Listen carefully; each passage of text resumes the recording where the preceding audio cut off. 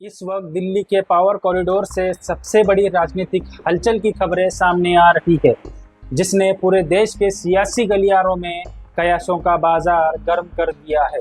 प्रधानमंत्री नरेंद्र मोदी और गृह मंत्री अमित शाह की राष्ट्रपति भवन की हालिया मुलाकातों के बाद दिल्ली से लेकर मुंबई तक अटकलें तेज है। संसद के मानसून सत्र के ठीक पहले केंद्र सरकार में एक बहुत बड़ा महापुनर्गठन देखने को मिल सकता है। मीडिया रिपोर्ट्स के अनुसार इस संभावित फेरबदल का मेन मोटो बिल्कुल साफ नजर आ रहा है। दोस्तों, अमित शाह का एक बड़ा प्रमोशन हो सकता है, जिससे ये संकेत देने की कोशिश की जा सकती है कि मोदी के बाद पार्टी में अमित शाह ही सबसे बड़े नेता होंगे। राजनीतिक गलियारों में चर्चा है कि उन्हें देश का उप प्रधानमंत्री बनाया जा सकता है, लेकिन इस बड़े प्रमोशन की चर्चाओं के साथ ही कुछ दिग्गजों को उनकी गलतियों के कारण और जनता के आक्रोश के कारण छुट्टी दी जा सकती है और कुछ बड़े नेताओं के डिमोशन का भी प्रबल संभावना नजर आ रही है। दोस्तों नमस्कार, आप देख रहे हैं क्लियर व्यू न्यूज। मैं हूं आपके साथ एसके हाजी। बढ़ते हैं अपने विषय की ओर। इस महा फेरबदल में सबसे बड़ा धमाका पंजाब की राजनीति को लेकर होने जा रहा है।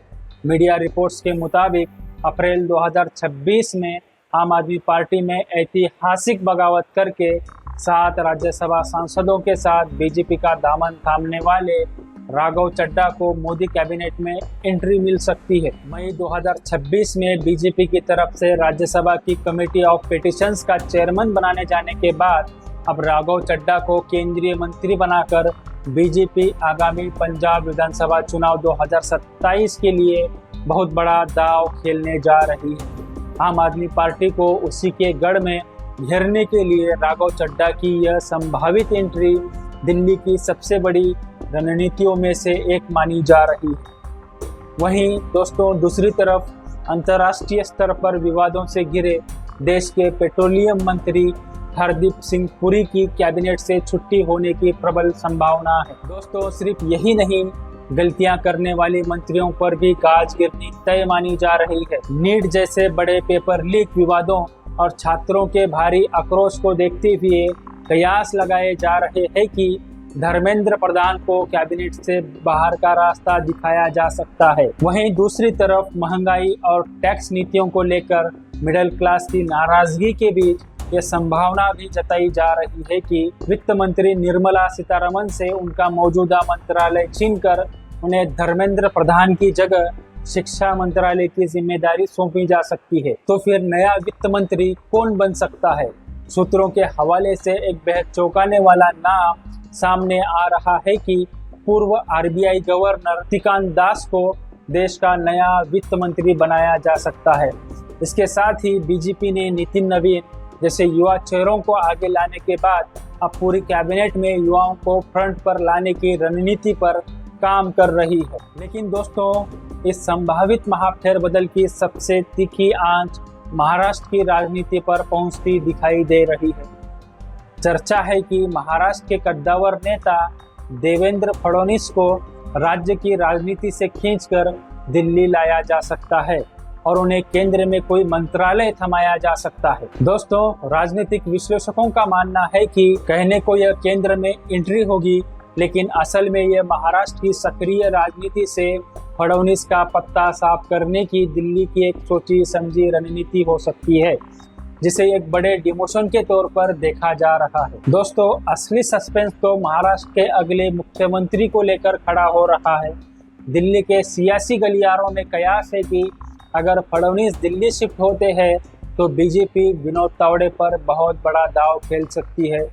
इस वक्त बीजेपी संगठन में बेहद मजबूत और संघ के चहेते विनोद तावड़े को लेकर ये संभावनाएं है कि उन्हें मोदी मंत्रिमंडल में शामिल करके एक भारी भरकम प्रोफाइल के साथ महाराष्ट्र के अगले मुख्यमंत्री के तौर पर उन्हें प्रोजेक्ट किया जा सकता है, या फिर उन्हें सीधे तौर पर महाराष्ट्र में बड़ी कमान सौंपी जा सकती है।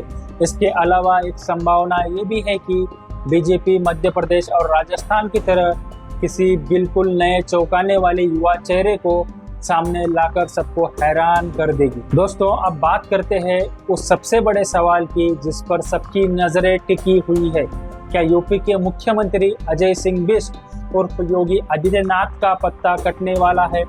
दिल्ली का एक धड़ा भले ही उत्तर प्रदेश के नतीजों के बाद लखनऊ पर दबाव बनाने की कोशिश में हो, लेकिन राष्ट्रीय स्वयंसेवक संघ यानी आरएसएस का रुख कुछ और ही संकेत दे रहा है। क्लियर व्यू न्यूज को मिली पुख्ता जानकारी के मुताबिक कानपुर में भी आरएसएस और बीजेपी की गोपनीय समन्वय बैठक में संघ ने अपना रुख साफ कर दिया है। सूत्रों का दावा है कि संघ किसी भी कीमत पर योगी का कद छोटा करने के पक्ष में नहीं है और नागपुर का स्पष्ट संदेश है कि आगामी यूपी विधानसभा चुनाव में आदित्यनाथ ही बीजेपी का मुख्य चेहरा रहेंगे। तो दोस्तों, लबोलुआब ये है कि आने वाले दिनों में मोदी सरकार का एक बिल्कुल नया, युवा और बदला हुआ रूप देखने को मिल सकता है। हरदीप पुरी और धर्मेंद्र प्रधान की छुट्टी होने की संभावना है। शक्तिकांत दास, विनोद तावड़े और राघव चड्ढा जैसे नए चेहरों की एंट्री की अटकलें है। फडणवीस जैसे नेताओं को दिल्ली में एडजस्ट करने की तैयारी है और अमित शाह को पार्टी का नंबर 2 का नेता घोषित किया जा सकता है। बीजेपी या मोदी शाह अपने खिलाफ बढ़ती नाराजगी को इसी तरह हैंडल करते आए हैं। चेहरे बदल दिए जाते हैं और काम तो वही होता रहता है। बहुत राज्यों में यही हमको आज तक का पैटर्न देखने को मिलता है, लेकिन कहीं भी हालात बदलते हुए नहीं दिखाई दिए। दोस्तों, ये सब संभावनाएं हैं। इन सभी बदलावों पर अंतिम मुहर लगना बाकी है। आगे दिल्ली और मुंबई के इस सियासी दंगल में क्या नया मोड़ आ सकता है? हर पल की सटीक और सच्ची खबर हम आप तक पहुंचाते रहेंगे। देखते रहिए क्लियर व्यू न्यूज़। इस वीडियो को ज़्यादा से ज़्यादा लाइक करें, शेयर करें और हमारे चैनल को सब्सक्राइब करना ना भूलें। इस विषय पर आपकी क्या राय है, हमें कमेंट कर ज़रूर बताएं। मैं हूं एसके हाजी, मिलते हैं अगले इसी प्रोग्राम में। जय हिंद।